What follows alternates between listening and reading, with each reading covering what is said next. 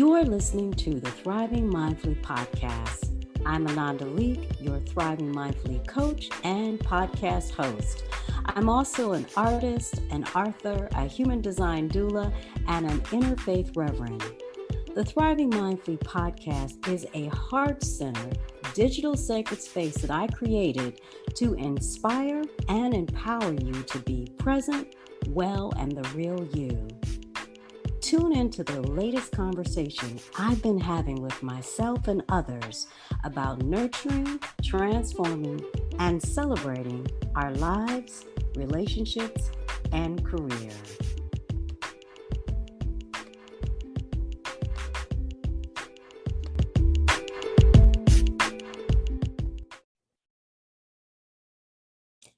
Well, hello, Stephanie. I am so excited that we are finally getting the chance to launch everybody what is going to be a hellified conversation series. And this is just number one in it.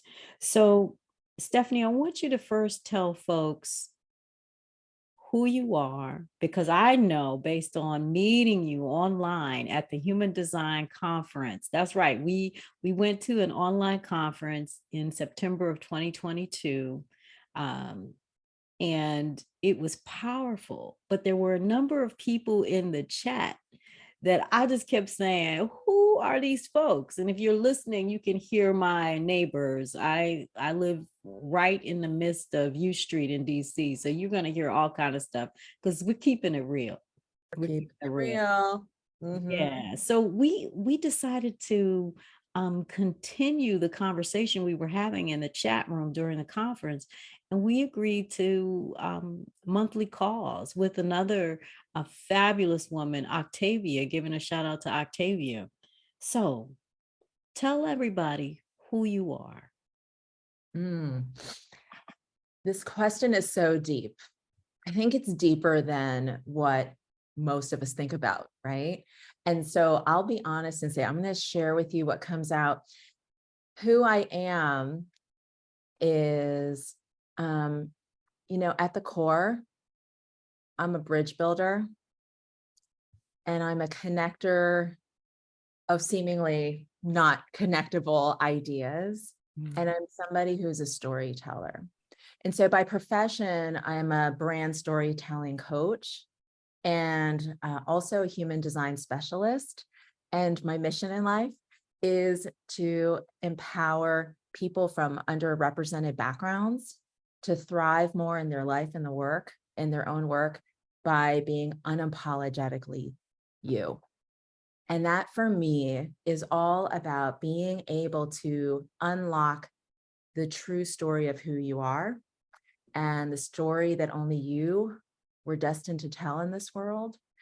And when you can claim that, own it, and speak it, you eliminate competition in your work because nobody else has the unique combination that is you.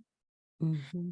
And you can really influence and inspire and create change from who you are and the best of who you are. And so it's been a long journey to get there, to get to this place of really being able to understand that my mission is around each person finding your own story. Mm-hmm. And it began when I was 10 years old and I was a shy girl. And for some reason, strangers would come up to me and tell me their life stories, which was baffling to me, on the subway or a coworker, or this or that. And what I learned from that experience is like people from all walks of life who are just sharing their stories with me is that when you talk about don't judge a book by its cover, mm-hmm. I learned that there was like a world inside every single person that looks so different from whatever that snap judgment would be. And I also know that that was true for myself too. And so, the whole of me includes so many things, but I have a bicultural identity as an Asian American, and I identify as a woman of color. And I've been a person of color who's lived in a myriad of communities, most of the time, almost all of them I was the only one that looked like me, or culturally was like me. And so that bridge builder piece, what I learned to do is that maybe in the beginning, when I felt like I was somebody, I focused so much on not belonging. I focused so much on being an outsider or being the weirdo or, whatever story was being woven outside of me. And what I learned was like all of those experiences helped me to be attuned to seeing where we connect in really surprising ways. And that's really what I've learned. And so now I understand like myself to be someone who really just is always a seeker of stories and somebody who helps other people find their voice. Mm. Juicy, layered, the realness, the unapologetic you. Welcome to the Thriving Mindfully podcast. You are home, baby. I have a soul sister love here, everybody. So we're going to dive deep into something that Stephanie and I have both had our own journey in, and it's called human design. And if you listen to a previous episode of the Thriving Mindfully podcast, we are a community. You'll know that I have a slightly different take on what human design is. And before we started the podcast, Stephanie and I were talking about it. And I told her I really wanted her to share her own definition of what it is and how she has come to this in her journey, because it's great to read books. It's great to see social media posts. It's wonderful to go to conferences, to listen to podcasts, to watch videos from other folks. But until you make something your own, it doesn't sit in your body, until you claim it and you own it. That is a part of embodying any practice. You put your own words to it, make it have meaning, make it make sense to yourself. So Stephanie, tell us, what is this thing called human design? How do you define it? When did it pop up in your life? I love that you talked about human design being something that we each get to discover and describe for ourselves. For me, it began as a tool for energy management and beating burnout. So that was how I first came to it. Was I came from a place of utter depletion, and depletion when I was baffled by it. I was baffled by it because now I understand in this community that many folks identify with being high achieving, and I do as well. And in the earlier part of my life, I used to be a workaholic, and and I think also as a woman of color too, who felt like a woman and a person of color, there was that feeling you had to do twice as much to be considered good enough. And so I had done that for years and years in my 20s and my 30s. And I had burnt out before. So I was building in self-care tools. Now I'm in my 50s. Now I've built a business for my purpose. Now I've been in the place where I am doing work that literally lights me up, that gives me a happy dance, that's so tied into like my spiritual sense of myself. And and the feeling I would get doing the work was that I felt like I used to say to people, I feel like I have a rechargeable battery, because that's how I felt. And I had all this joy. So when the burnout happened in the middle of my first launch of a program, and I literally just had a complete empty tank, I was so confused. I was like, I don't understand how now it's like I'm aligned to my purpose. I'm not just working to work or prove myself. I'm not even doing that.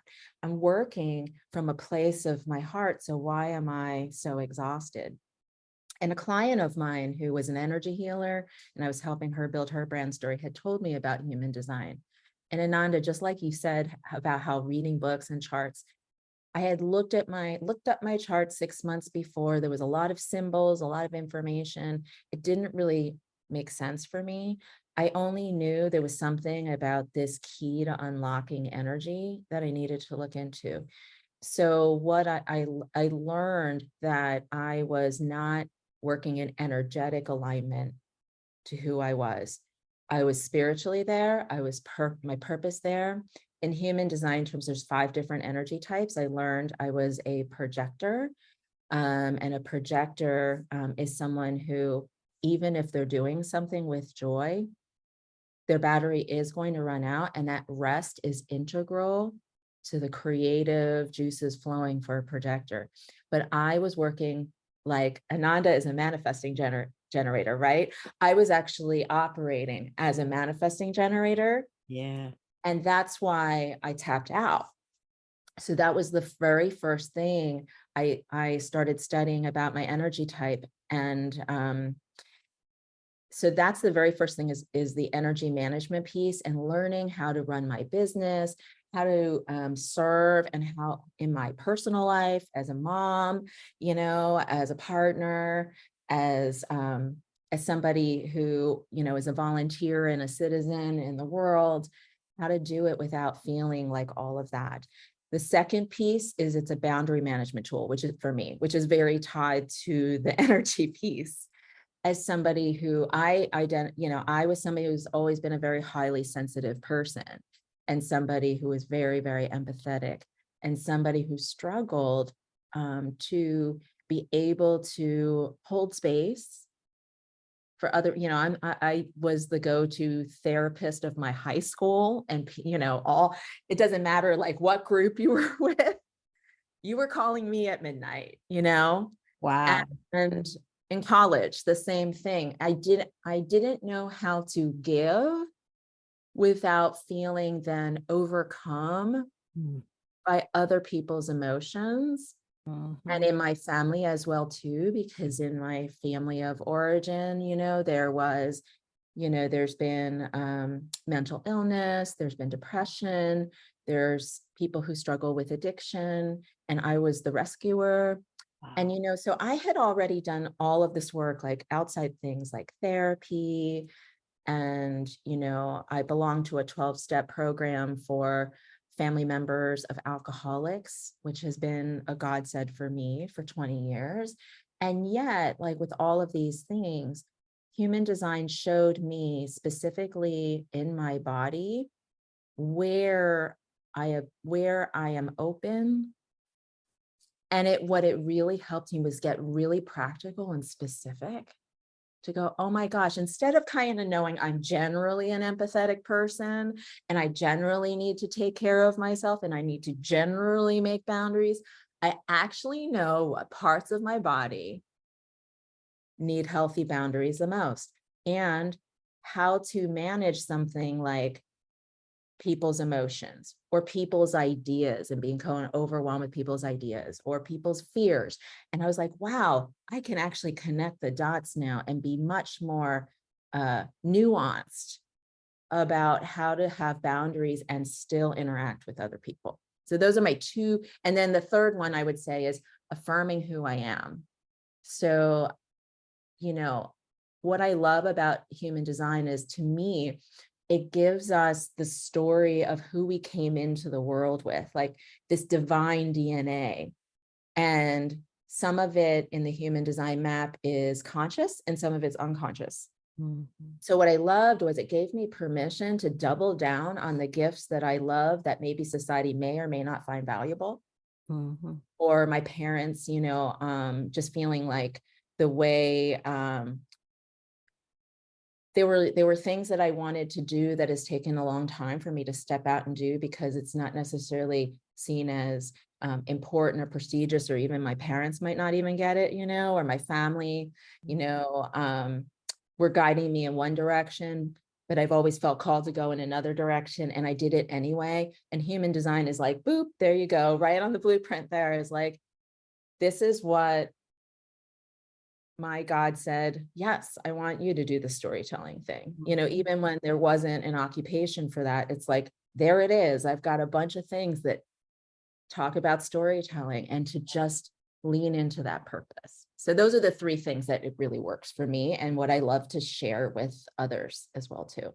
I love that you have used it as an energy management tool, a boundary management tool, and a self-affirmation tool, in particular with dealing with deconditioning, Yes. leaving what we have gotten from family, from culture, from gender, from all of what our identities, society. That is so key. I love that you told us about these three things, because it gives folks, especially people that are people of color, BIPOC folks, people who are not white, male, straight, cis folk walking this earth. Yeah. Everybody else, all of us, it gives us something to look at, and it gives us language that's so very important for me. It's like when I walked into, or let's say when human design walked into my life, Yeah. the language in being able to recognize right in my gut as a manifesting generator, you called me out, to know that my shit was fucked up over things not working out because I wasn't following my design. And I would get, when I saw the not self for a manifesting generator, and I looked over my recent scrapes and wounds that I was crying about and ready to quit You're about. not self-famous frustration, right? Yes, frustration. And the flip piece of that is patience. And Lord knows that has been my Achilles heel. That has been the monkey on my back, and the quitting things. And then being multi-passionate and having people say you need to choose one thing, One thing. Oh my but gosh. doing 50 Come zillion on.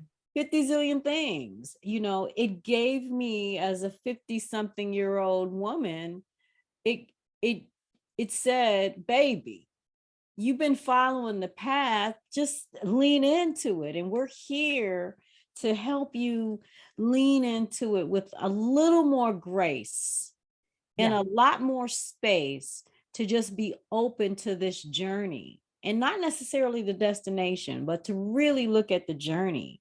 And so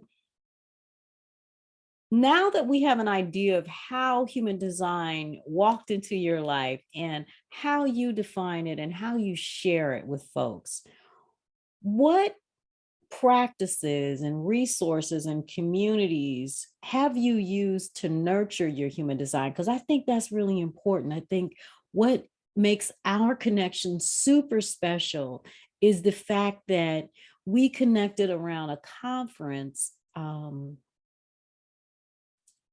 at a time when two amazing women were and are still working on the book. The book is coming out at some point. I'm not certain when, but I know it's coming. AC Brown and Asha, and if you know Asha's last name, because it's escaping me, but Asha, forgive us. These two women have created a book, and it is specifically for BIPOC folk. And I will include the name and the link to all of this in the show notes. So just know my brain is like, ooh. Me too. It's that 50 something and giving permission for our, Yeah, it really permission. is. It really is.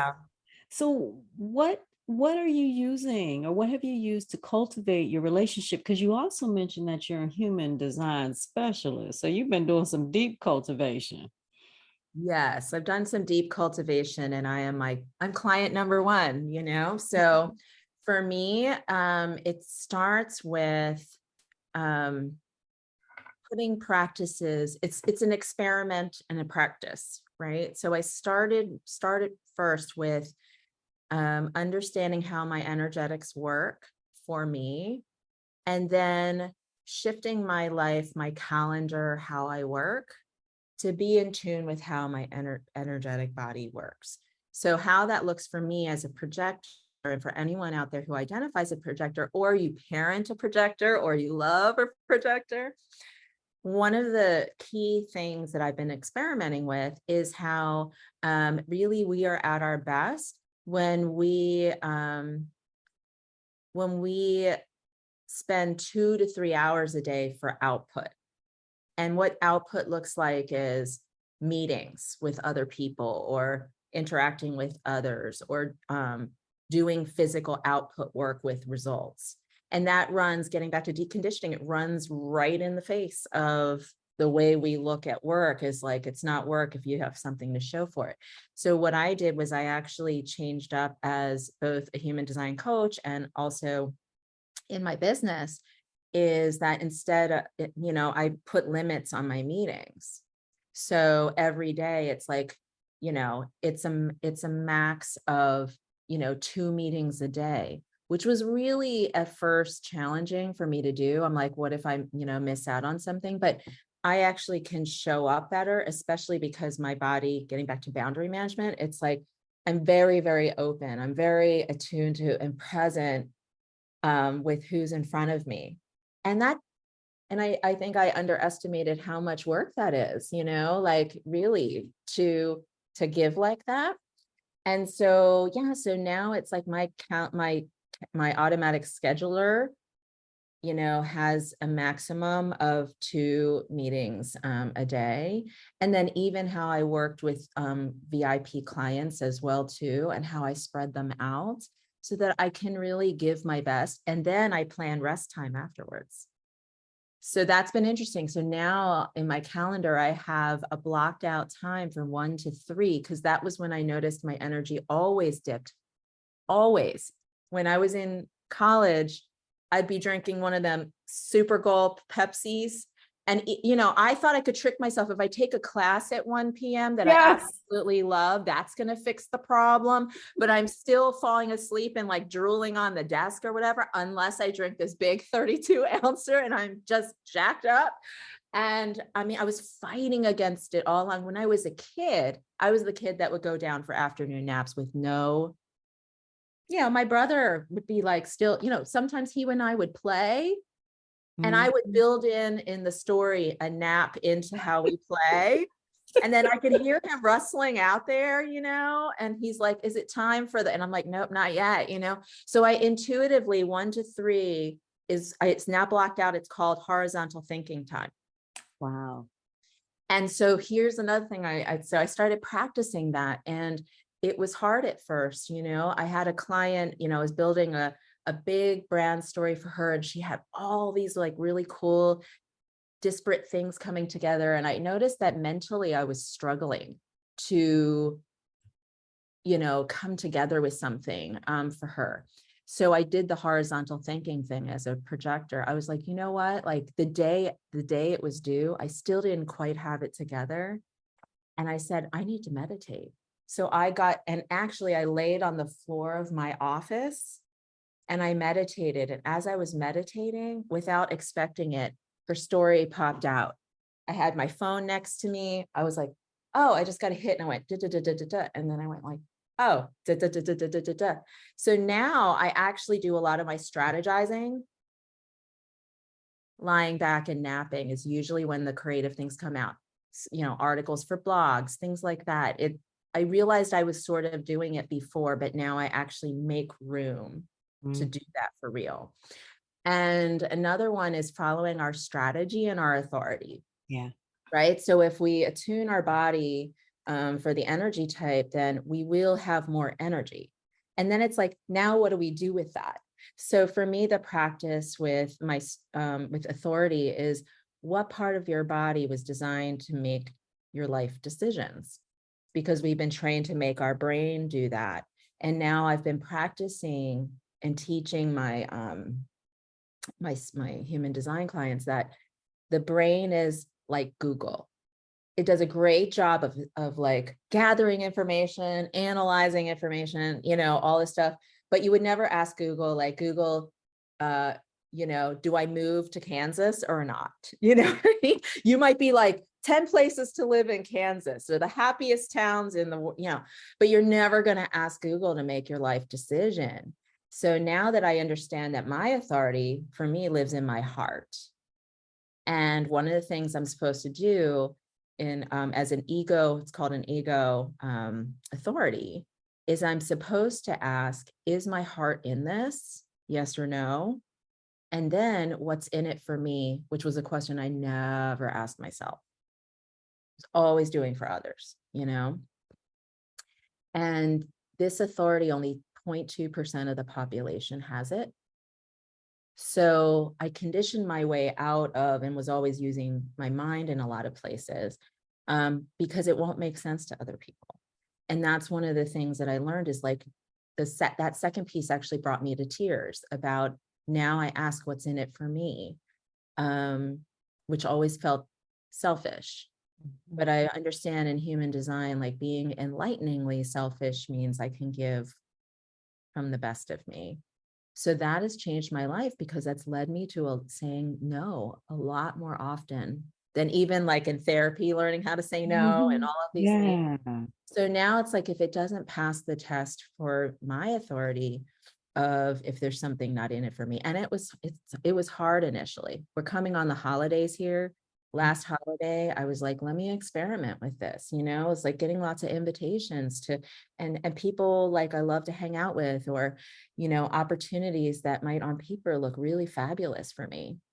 And going, I should do that. I should do that. So it's shifted the plate from a plate of shoulds to a plate to choosing, like, I think you and I have talked a lot about the buffet. I feel like human design gives us the option to look at life like a buffet and then choosing on the basis of our own authority what goes on the plate. And Zen Buddhists talk about coming to God with an empty rice bowl, because if you come with it filled, there's no place for God to put the good stuff. Dig it. Right? And we're just filling it with stuff like FOMO. You should be doing this. Like, you're missing out on that. And like, what do you mean you're not going to do this with that person? They're a very important person. Or, there's a million reasons, or you're going to make more money this way. Over the last year and a half, that has been a practice of mine, is no go if my heart's not in it.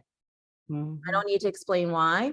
And no go if I feel like there's not something in it for me. Because my husband has, when I first learned that, it was like, I was always afraid of being selfish. So it was just selfless. And my husband, even years ago, said to me, Stephanie, you need to push your own agenda. And I remember getting mad at him about it. And then I realized he was attuned to my energy all along. Because my human design coaches said, the people who have this authority of asking this question are the people who they have found to be like the least selfish people. So it actually is serving me and the universe when I actually ask myself that question, or else I become bitter as a projector, which is my not self theme. So those are my practices now, is rest, horizontal thinking time, and just letting myself nap away. Another practice I do as a projector is 15 minutes of fascination at minimum a day, following my fascinations, which again is like, seems counterintuitive for anyone who's high achieving, right? Like, well, if it's not going to directly tie into supporting your business, isn't that a waste of time? And actually it's like, well, this year it was all about knitting. I decided I want to learn. I was fascinated by knitting. So I started knitting, and, as I'm knitting and, my mind frees up, it was like ideas started to come to me, and not that I was intentionally doing that. And my anxiety was going down with the news and all these kinds of things. So it really allows me to empty out when I follow my fascinations too. And then community wise, I belong to a group right now called HD Besties that Day Luna Life opened up a few months ago, and that's been a cool place to expand more and embrace and see how everyone is so different, and watching people live and practice and experiment their design in different ways and go, wow, like it's just such a great reminder that whether, you know, it helps me in my relationships, because then it's like my husband is a 5/1 manifesting generator with an emotional authority. And we have started practicing whenever we make decisions, you know, it's like, so what's your authority telling you? And, you know, so that practice has been really cool too.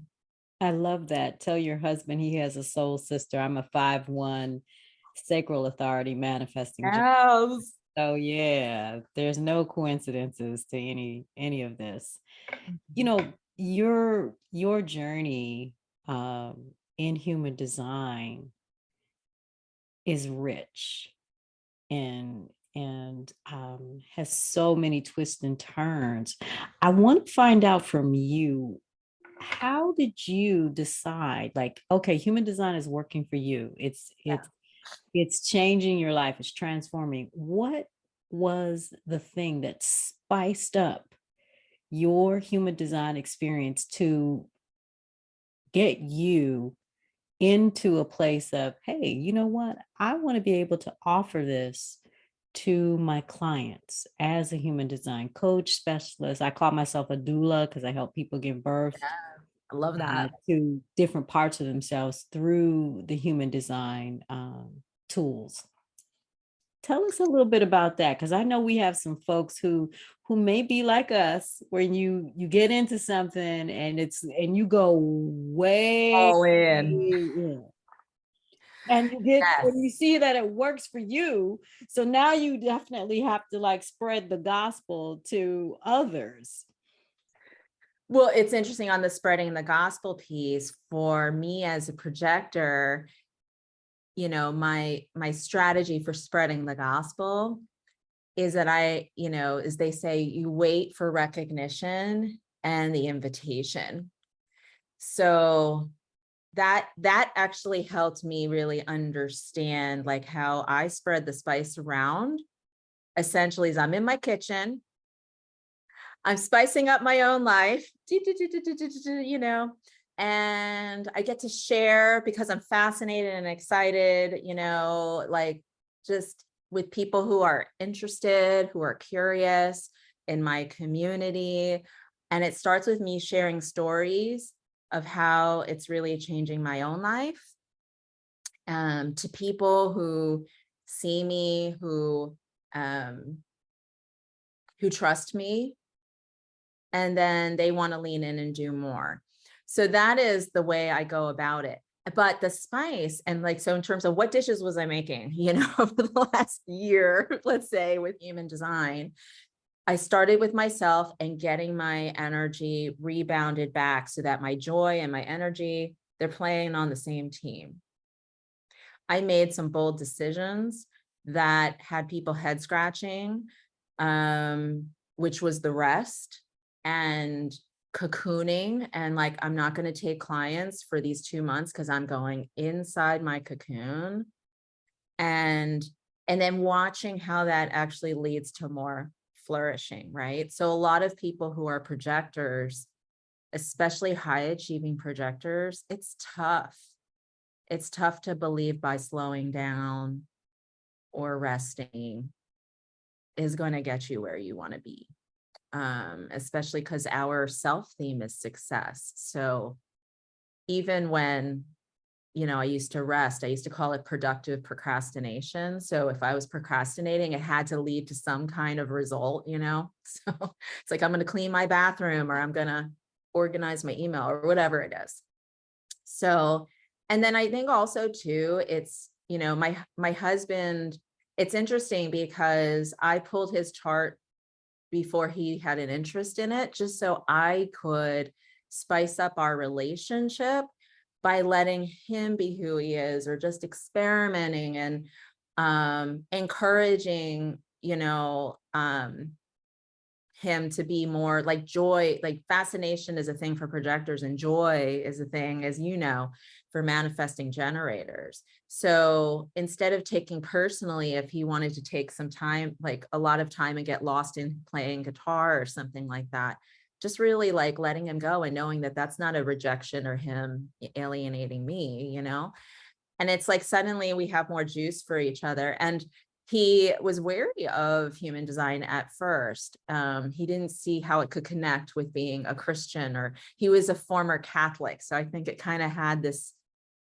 I can't really say for sure like what he thought it was, per se, or some kind of pagan thing. But it was really interesting that as I was like making room for him to make room, and he watching me like be more lit up about my life. And then I gave him a reading when I became a certified reader, and then he became lit up. And then he said, this is the most life-changing thing that's ever happened. And then our relationship got deeper and richer.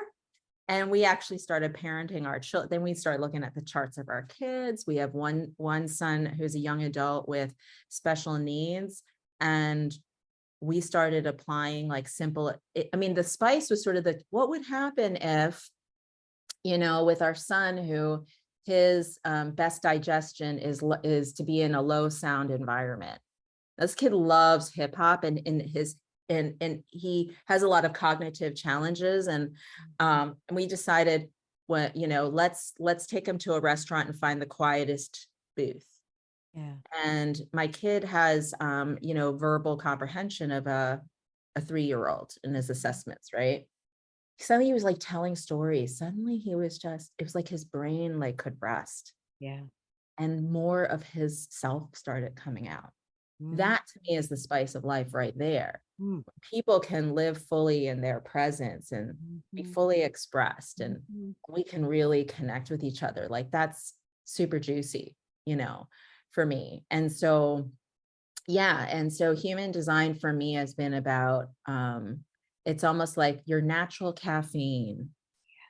I love having a ginger kick in my drinks. So it's like giving me a little bit of ginger, more of my creativity coming back into my life. Whereas before it's like, there's so many distractions, there's so much stuff, and having permission to, again, protect and preserve the parts of your body and your gifts that need what they need.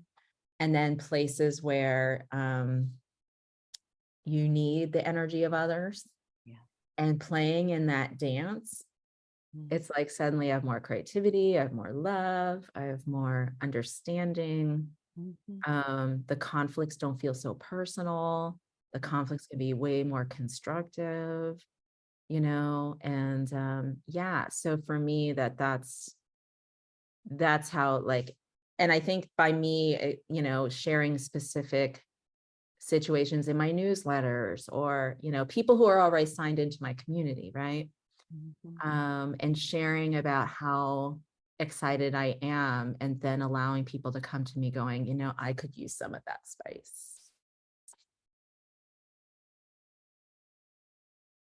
I so appreciate you sharing how spicy it has been for you and your family. I think that's another gift that human design gives us, is first understanding and taking care of yourself, and then how we show up in our relationships. How are we showing up? And then how people are showing up to us, and where can we find a meeting, a healthy meeting in the middle path. How can we do that? It takes time, everybody. This is not something that is going to just presto magic. It is magic, and it is messy. Magic. It's messy because it's people involved. Yeah. And it looks hairy, scary, because it comes off with all these different shapes and all this information, the numbers, the planets, all these different things. What I value most about our conversations is that it is experimentation. It's treating it as, hey, I've tried X, Y, Z. Well, why not try this? It won't hurt. I mean, because you have already tried some things, so give it a try.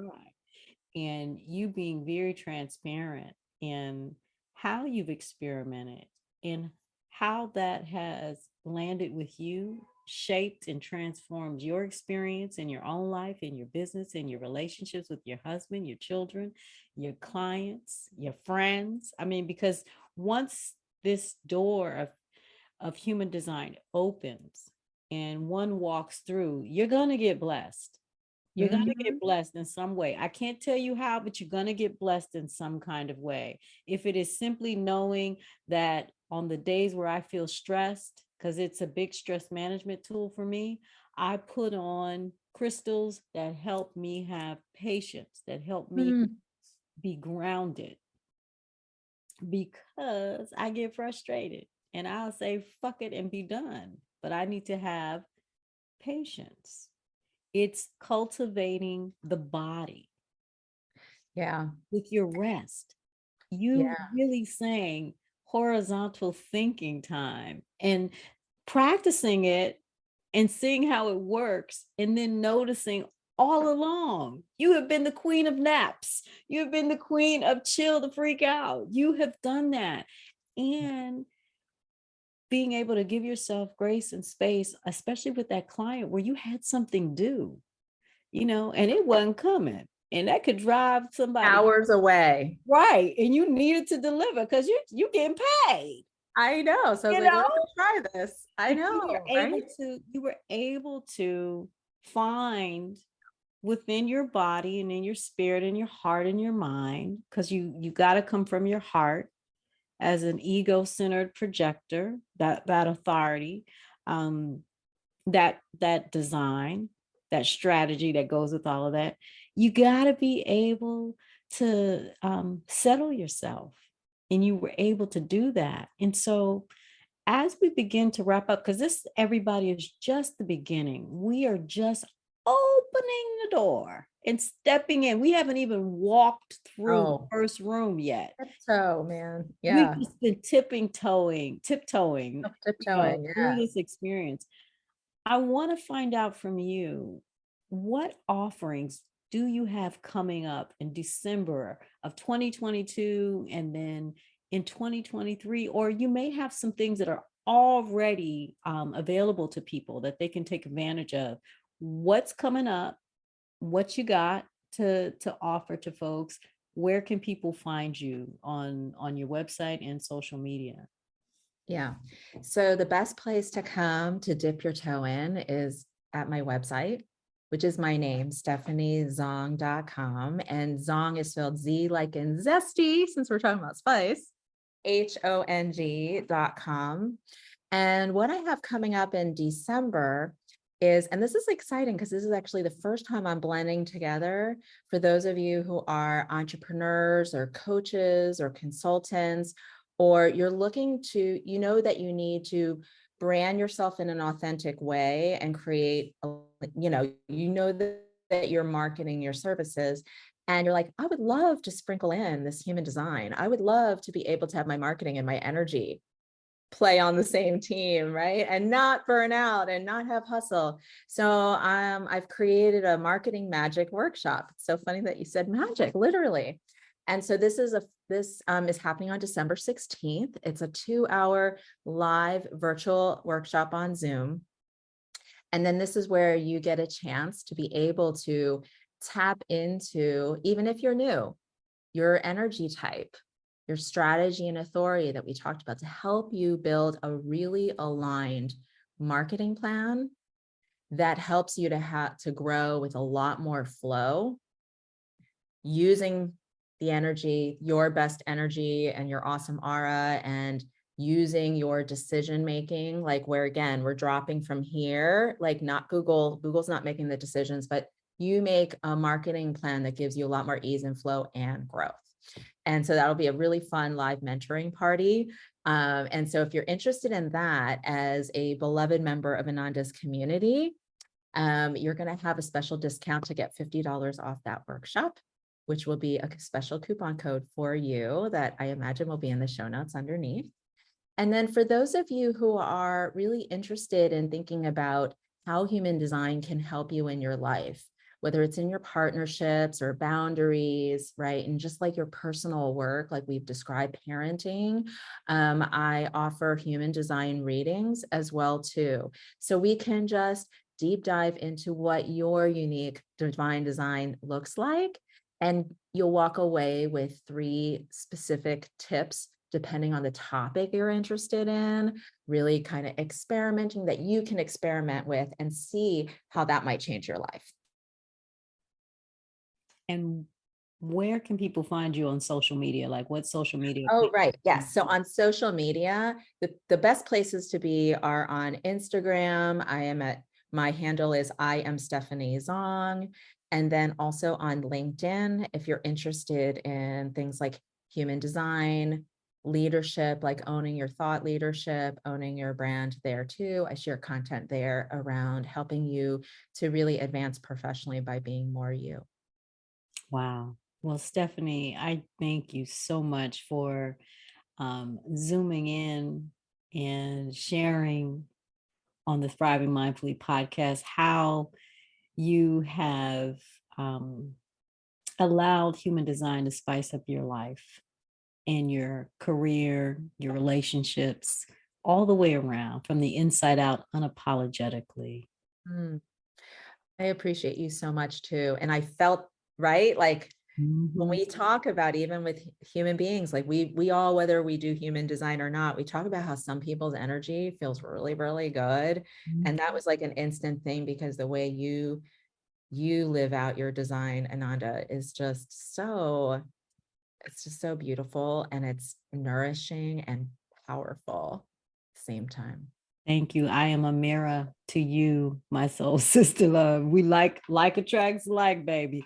It sure does. Projectors and manifesting generator types all up in the house. And it's really interesting that these first few conversations I'm having on the podcast with others about human design, all projectors. Like somehow I forgot that you were a projector. I remembered your husband being a manifesting generator. Yeah. When you were talking, I said, wait, is she? And then I was like, okay, I'm gonna just let her tell me what she is. Cause I was like, and then when you said projector, I said, of course she is. Of course she is. Yes, I'm also a Gemini. So I think that's why I thought for a long time I was a Mm. manifesting generator, because I love variety, which is why I love hanging with manifesting generators. And I love going on different types of tangents. And I love how we are just deconditioning too, right? Like I'm deconditioning from and allowing rest. And what you said about changing the story of quitting, it's like, no, it's like designed to shift gears and pivot with purpose. Yes. And be like, that served me a certain way. And now I'm moving on, and inspiring the rest of us to be able to embrace variety, and embrace that a road doesn't have to be straight, and doesn't. And to spice up our life the way that we Yes. are called to, not the way that society, culture, family, anybody else, your peers, anybody else around you that is dictating. And it's very important, everybody, that we continue to tune in to that wisdom that is in our bodies as we move from 2022 into 2023, or if you're listening to this in 2024, as you move to the next moment. It's very important for us to tap in, because our wise, loving, and well ancestors are always standing by, along with Creator, whoever you call Creator, whatever your spiritual practices are, that higher being. And there are forces out here, good, well, loving, wise forces, angels, ancestors, spirit guides, master teachers, that are awaiting the invitation to support us in spicing up our life. And one of those ways that we can tap in and be our real selves unapologetically is with the support of human design and professionals like Stephanie and myself.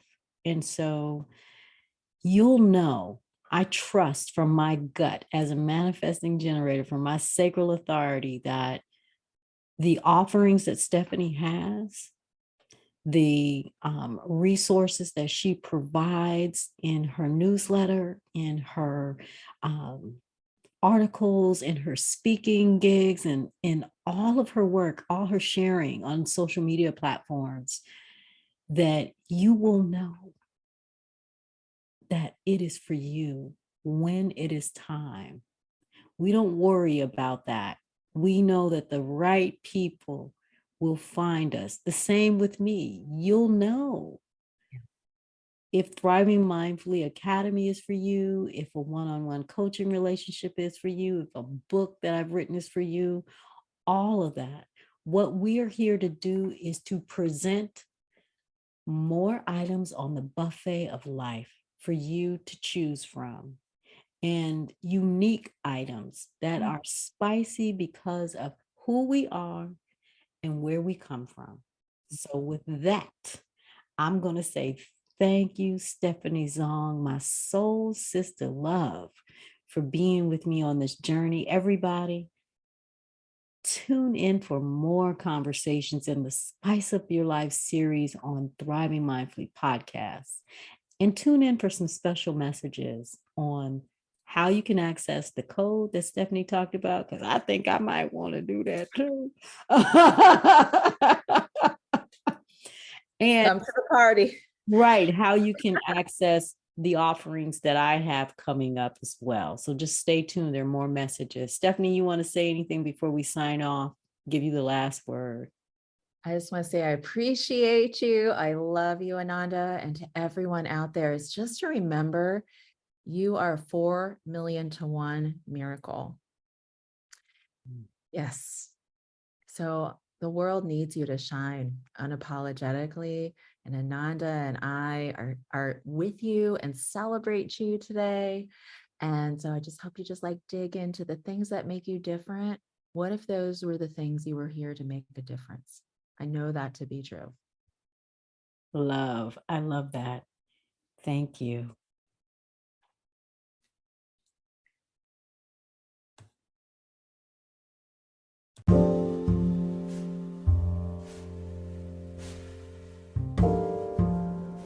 You're invited to attend the Soft as Fuck December Circle on understanding yourself with ancestral medicine and human design. This circle will be offered on December 10th from 1 to 2:30 p.m. Eastern Standard Time, as well as December 14th at 8 to 9:30 p.m. Eastern Standard Time. The investment is $33.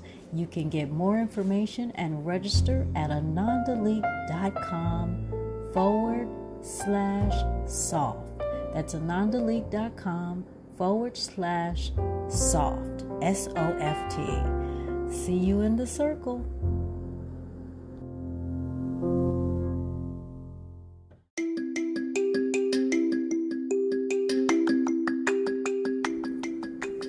One of the best ways to develop your own understanding of human design is by getting a reading, by getting a coaching session. And so that's what I'm offering as your human design doula. Go to anandaleeke.com/human design to learn how we can work together.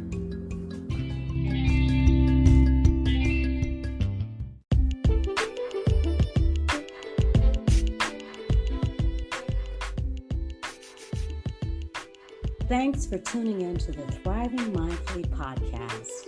If you're ready to be inspired and empowered with my coaching support, join me in the Thriving Mindfully Academy. Visit anandaleeke.com/academy. Now, if you're ready to dive deeper and move past your comfort zone with my one-on-one coaching program, book a discovery call with me today. Visit anandaleeke.com. If you need something juicy to read, check out my 3 mindfulness books: Love's Troubadours, a self-love and yoga-inspired novel; That Which Awakens Me, a mindful creativity memoir; and Digital Sisterhood, a mindful technology memoir. Go to anandaleeke.com/books. All of my books are available on Amazon.com.